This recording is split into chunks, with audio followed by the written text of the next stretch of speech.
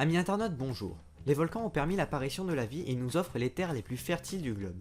Pourtant, ils ont la capacité de tout nous reprendre en un clin d'œil. Certains événements sont d'ailleurs là pour nous le rappeler, comme l'éruption du Pinatubo en 1991. Le Pinatubo se situe dans le nord des Philippines, dans l'ouest de l'île de Luçon. C'est un stratovolcan, c'est-à-dire que le magma qui en jaillit est visqueux, donnant aux éruptions un caractère particulièrement explosif. Il culmine aujourd'hui à 1485 mètres d'altitude. Mais ça n'a pas toujours été le cas, son altitude ayant notamment varié au gré des éruptions. Il serait apparu il y a 1,1 million d'années. À cette époque, il faisait près de 2300 mètres d'altitude. Et après des milliers d'années de sommeil, le volcan aurait repris du service il y a 35 000 ans pour ce qu'on pensait être la plus grosse éruption de toute son histoire, avec une éjection de 50 km3 de roche. Donc imaginez un cube de 50 km de côté pulvérisé dans l'atmosphère.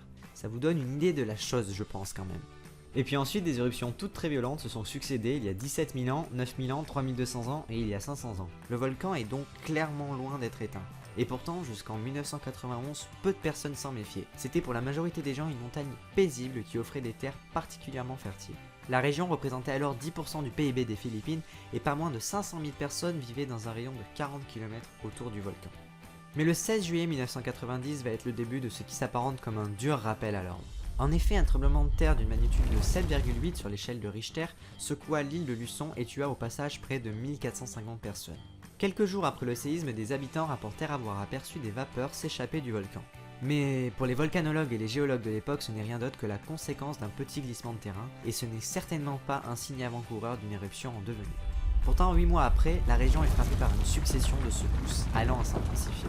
Le 2 avril, le volcan se réveille pour de bon, provoquant une éruption dite phréatique. Concrètement, c'est une expulsion violente d'une importante masse d'eau qui provient du sous-sol, sous forme d'un panache volcanique constitué essentiellement de vapeur d'eau et de gaz. Et durant les jours et les semaines qui suivirent, des cendres se mêlèrent à ce mélange, donnant ainsi lieu à des éruptions dites phréato-magmatiques.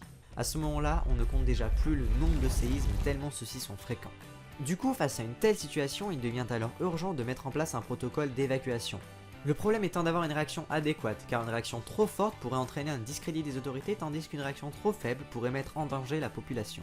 Pour cela sont créées 3 zones d'évacuation. Une première zone de 10 km de diamètre, centrée sur le sommet, une seconde de 20 km et une troisième de 40 km. D'avril à mai, l'activité volcanique s'intensifie, on procède donc à l'évacuation de la première zone. Durant ce laps de temps, les volcanologues ont pu constater une forte augmentation des émissions de dioxyde de soufre. En effet, elles sont passées de 500 tonnes émises par jour le 13 mai à plus de 5000 tonnes le 28 mai. Tout ceci étant bien la preuve que du magma était en train de remonter vers la surface. Seulement le 28 mai, les émissions de dioxyde de soufre chutent subitement. Si cela peut vous paraître de bon augure, sachez que c'est tout le contraire. En effet, cela est synonyme que l'éruption risque fort de prendre un caractère explosif. Et le 7 juin, là c'est la grosse explosion.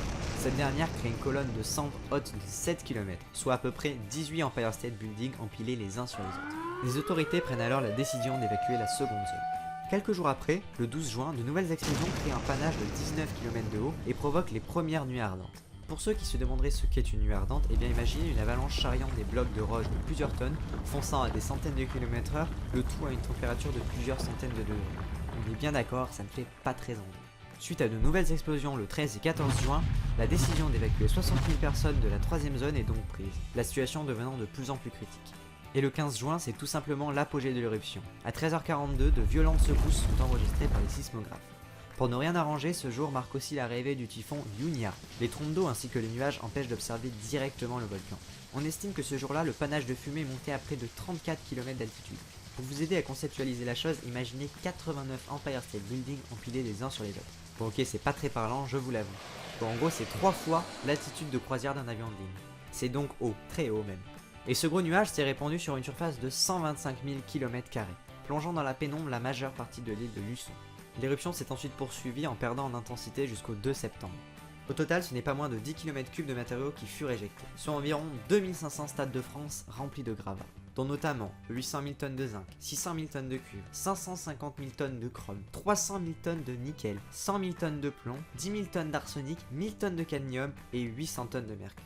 C'est 10 fois la quantité de matériaux qu'avait éjecté le mont Sainte-Hélène en 1980. Le volcan est décapité, il perd près de 260 mètres d'altitude, c'est-à-dire qu'il passe de 1745 mètres à 1485 mètres. Les conséquences sont colossales. Suite à l'éruption, la température mondiale a baissé d'un demi-degré. La destruction de la couche d'ozone fut accélérée au point qu'elle eut atteint son niveau le plus bas jamais enregistré, et près de 150 km² de forêt furent rayés de la carte. Au final, toute vie fut supprimée dans un rayon de 14 km autour du volcan. Sur le plan humain, c'est près de 300 vies perdues. Ce relativement faible nombre de victimes est notamment dû aux bonnes prévisions et mesures d'évacuation. Mais sur le plan économique en revanche, la situation est critique. Pas moins de 8000 habitations furent détruites. On compte le nombre de têtes de bétail perdues à près de 800 000. La région représentant d'ailleurs 10% du PIB des Philippines, l'impact sur la croissance du pays cette année-là est impressionnant, la faisant passer de 5% à seulement 2%. Et aujourd'hui encore, on voit des traces de cette gigantesque éruption. Néanmoins, la végétation semble reprendre peu à peu ses droits, jusqu'à la prochaine éruption. Voilà, ce sera tout pour le Peanut Blue. Merci à tous d'avoir regardé cette vidéo, j'espère que celle-ci vous a plu. Je vous invite à regarder notre précédente vidéo sur le World Trade Center. N'hésitez pas à partager, commenter, liker et surtout à vous abonner. A très vite.